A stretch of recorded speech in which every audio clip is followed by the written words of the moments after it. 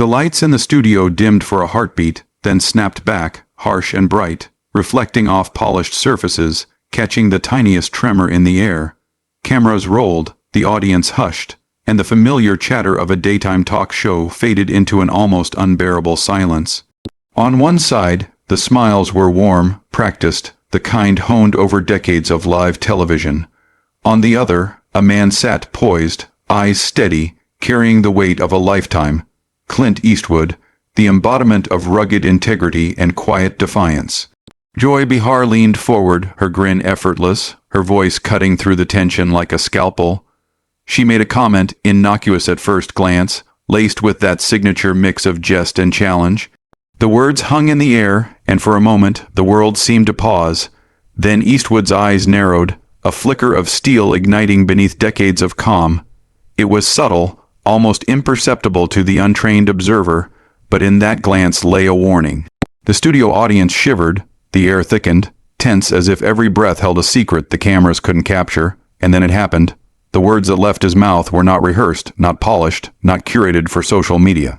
They landed with the force of a storm breaking over a quiet town, raw and undeniable.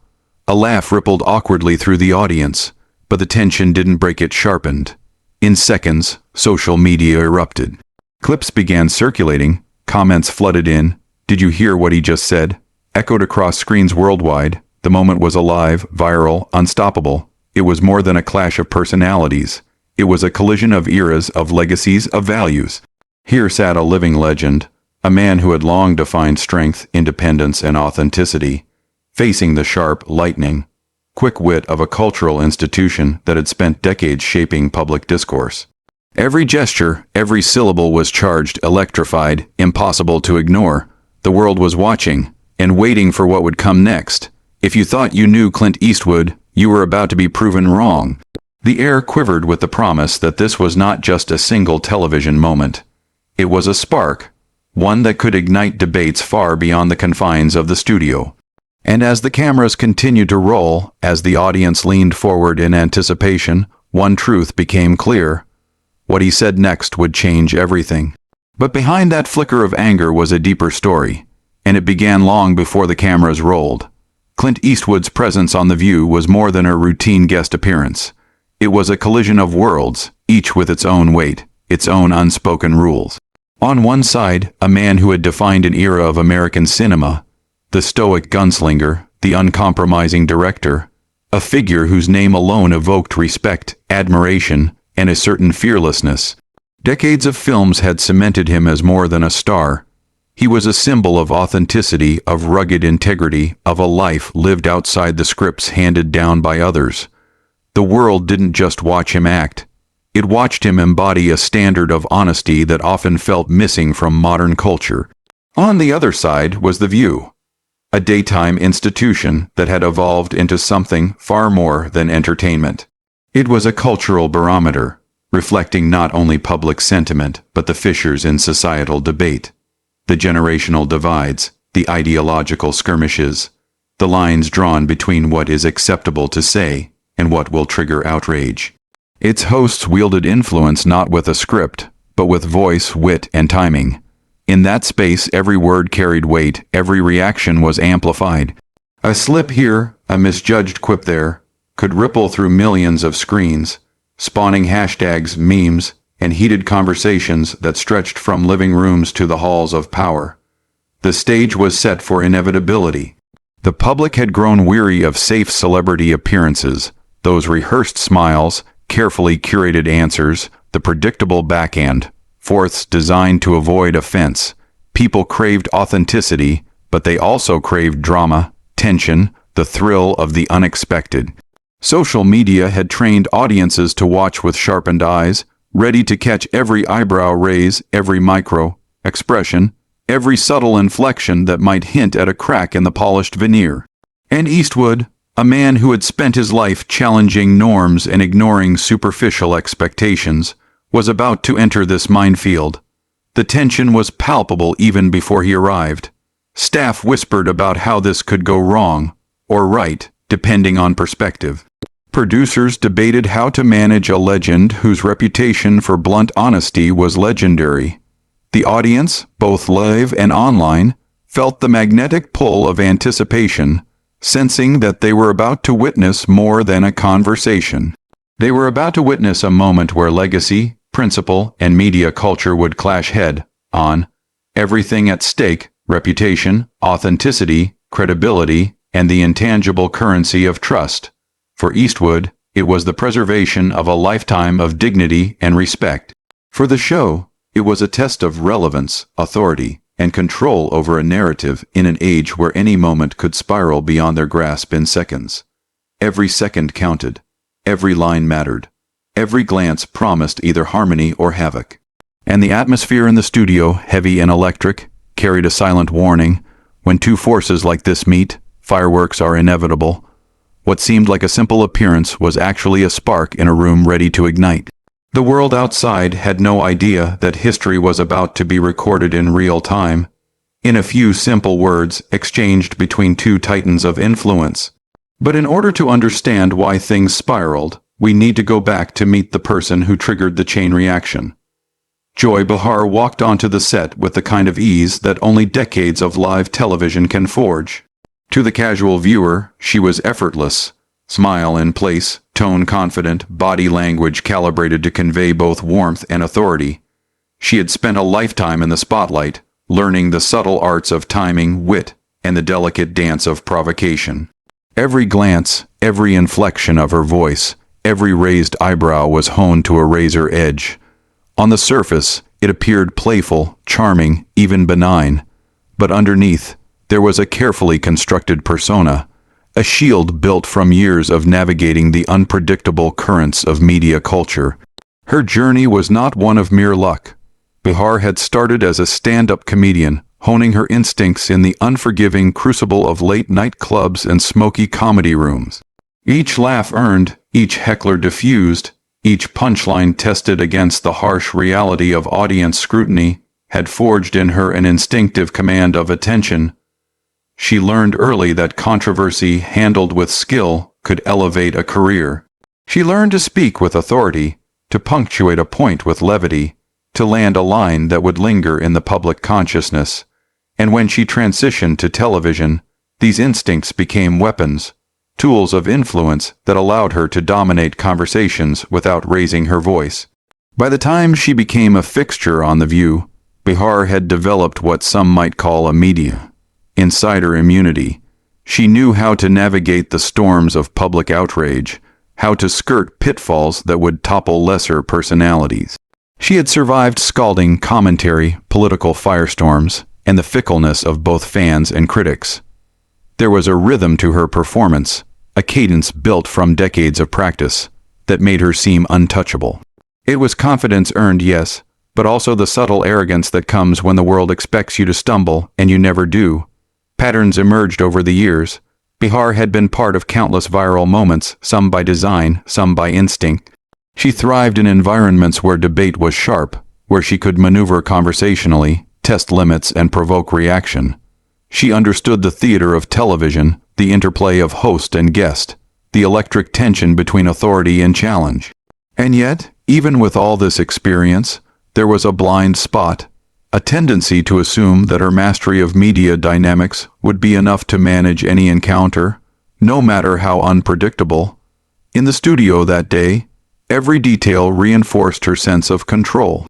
The lights glimmered across her hair, the cameras lingered for just the right moments, and the audience, primed for spectacle, responded to her cues like clockwork. Her tone was steady, her smile unwavering, her confidence unshakable. But confidence can become a double-edged sword. It can mask misjudgment, obscure the warning signs, and blind even the most seasoned professional to the force of someone who refuses to play by conventional rules. There was also a subtle power at play, the power of expectation. Behar represented the institution, the voice of a cultural platform that set the agenda for millions of viewers. Eastwood, by contrast, was a guest expected to conform to the rhythms she controlled. That imbalance created a stage where she felt comfortable, even untouchable, believing that she could nudge, provoke, and guide the conversation without consequence. It was a position of structural authority, but one that made her vulnerable to someone who refused to step into the expected pattern, someone whose very presence challenged the rules she relied upon. And yet, in that calm confidence, in her polished timing and assured demeanor, there was a fault line, a subtle underestimation that would prove critical. The audience sensed it, even if subconsciously, a tension waiting to be struck, a power poised to be challenged. Behar had navigated storms before, yes, but none like this. None like the quiet, deliberate, unshakable force she was about to encounter.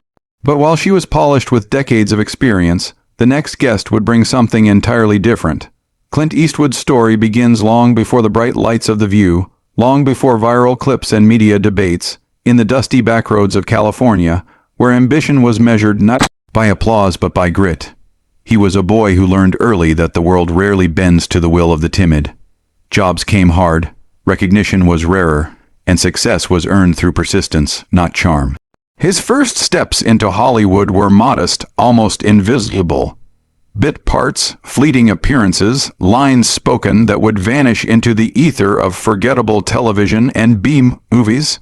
Yet even in those early days, there was a presence about him, a quiet force that spoke without theatrics, a magnetism that would grow stronger with every role he pursued. Eastwood's ascent was anything but smooth. There were years when rejection was routine, when studios dismissed him, when critics questioned whether he belonged in the world he so clearly craved. But he had a stubbornness, a refusal to compromise his principles or pander to fleeting trends. It was this independence, this refusal to bend to expectation, that would define his career. Audiences may have first noticed his chiseled features or commanding gaze, but they came back for the authenticity he radiated, an unspoken promise that the man on screen lived by a code he never abandoned. As the years passed, Eastwood became more than an actor. He became a symbol, the cowboy, the anti-hero, the man of few words but profound action.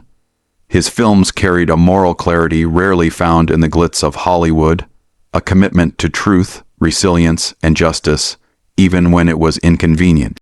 He did not seek fame for vanity nor accolades for approval. Recognition, when it came, was incidental, a reflection of a lifetime spent adhering to his own standards, not those imposed by others. Integrity became his trademark, toughness his signature, and calm his armor in a world that often rewarded spectacle over substance. It was this combination of authenticity and quiet authority that set the stage for today's moment. Eastwood walked into The View not to charm, not to entertain, not to curry favor. He walked in carrying a legacy built on decades of moral clarity and steadfastness. He had faced scrutiny before, from critics, fans, politicians, and peers, yet he had always remained unshaken, a man whose composure in the storm was both rare and magnetic. This wasn't a publicity stunt, a carefully managed media appearance, or an opportunity to pander to viewers. It was a statement, a declaration that truth and dignity were not negotiable, that even in the glare of mass media, one could stand firm. Even his appearance on set carried weight. There was a subtle gravitas in the way he took his seat, a confidence not born of arrogance but of lived experience. He surveyed the studio with eyes that had seen both triumph and disappointment, understanding the theater of television, yet unwilling to be bound by its predictable rhythms. Every gesture, every pause, every carefully measured word conveyed an unspoken message. He was here on his terms, and he would be heard on his terms. The cameras might capture the image, but they could not capture the principle behind it, the essence of a man who had long lived outside the conventional expectations of celebrity. The world had come to expect Eastwood to play roles, to inhabit characters that fit neatly within narratives others had created. But today, he was not playing a character. He was himself, fully and unapologetically. And that authenticity carried power. It unsettled the familiar, the rehearsed, the polished. It demanded attention, respect, and, for those who sought to control the conversation, vigilance. Because in his calm, deliberate manner, Eastwood held an unspoken truth. Respect is earned through integrity, not through compliance or concession. And yet, despite all his experience, there was an undercurrent of uncertainty, a test that had not yet been faced. He was entering a domain built for rapid wit, for calculated humor, for the subtle shifts of influence honed over decades by seasoned hosts. There was a challenge here, one that would probe not just his knowledge or experience, but the very core of his principles. Could the quiet authority of a lifetime withstand the sharp edges of a studio designed to provoke? Could the weight of legacy hold against the momentum of spectacle? For the audience, this was the moment to root for the hero. Here was a man who had endured, who had persevered, whose life was a testament to authenticity over compromise. Every viewer, especially those who valued courage, integrity, and the quiet power of principle, could see themselves reflected in him. In Eastwood, they saw the possibility of standing firm, of facing forces designed to unsettle and still emerging intact, dignified, unshaken. And then came the day they met. A studio full of cameras, the audience watching, and two very different legacies colliding. The cameras rolled, and the familiar hum of a live studio settled into place. The lights were bright, the audience alert, waiting for the usual blend of banter and celebrity charm. Eastwood sat quietly, his posture measured, his gaze calm, as though he were already anticipating the rhythm of the room. The opening exchanges were cordial, polite nods exchanged, smiles that masked the underlying tension. On the surface, it seemed like any other morning on The View, but anyone paying attention could feel it. The air was taut, charged with anticipation, as though something was about to snap. Joy Behar leaned forward, her eyes sparkling with the practiced energy of someone who had commanded countless conversations. She posed a question, light in tone yet pointed, something about culture, politics, or perhaps Eastwood's take on recent events. His response was deliberate, careful, measured. He acknowledged her question with civility, answered with clarity, yet his words carried an undercurrent of firmness, a quiet insistence that he would not be led astray. At first, the tension remained subtle, hidden beneath polite smiles and nods, but the audience, both live and online, felt it, the beginning of a fault line. Behar's reaction was brief, a flicker of curiosity mingled with surprise, the first hint that the equilibrium was shifting. She pressed further, her tone carrying a touch of condescension, a practiced jab meant to provoke without overt confrontation. Eastwood did not flinch. His calm demeanor, so often a shield, began to harden. There was a new edge to his voice, a subtle steel beneath his measured words. The room seemed to contract, every eye drawn to the tension building in real time. The audience leaned forward. Social media accounts began pinging as the first snippets of exchange were captured by those quick fingers ready to share. A sharper question followed, one designed to unsettle, to draw him into the expected performance. Eastwood's response was simple yet cutting in its precision. He delivered a line so pointed, so unmistakable, that the panel's polished rhythm faltered. Behar's practiced poise wavered, just enough for the audience to notice. A collective gasp rippled through the studio, the kind that travels silently but lands heavily on the senses. Cameras caught every micro-expression, a raised eyebrow, a paused inhale, a slight tension in a jaw. The power dynamics had shifted. The hero, long expected to play along, had drawn the line and now stood firmly behind it. The audience at home and online felt the momentum. Clips began to circulate almost instantly, each replay amplifying the tension, each comment fueling the narrative of confrontation. This was no longer small talk. This was a clash of wills, an unspoken battle unfolding before millions of viewers. Every word, every pause, every glance carried meaning beyond the scripted show. Eastwood's presence was a challenge in itself, calm, deliberate, and unshakable, forcing the other side to react in real time, exposed in ways they had not anticipated. For a few tense minutes, the studio existed in suspended animation, civility hung by a thread. Every question posed was a test, every response a declaration. And in that electric space, the audience understood the stakes. This was not just a verbal exchange. It was a collision of principle and performance, authenticity and expectation. The gap between hero and antagonist widened with every passing second, the energy building toward an inevitable rupture. In that moment, everything changed. What happened next was the mic drop nobody saw coming.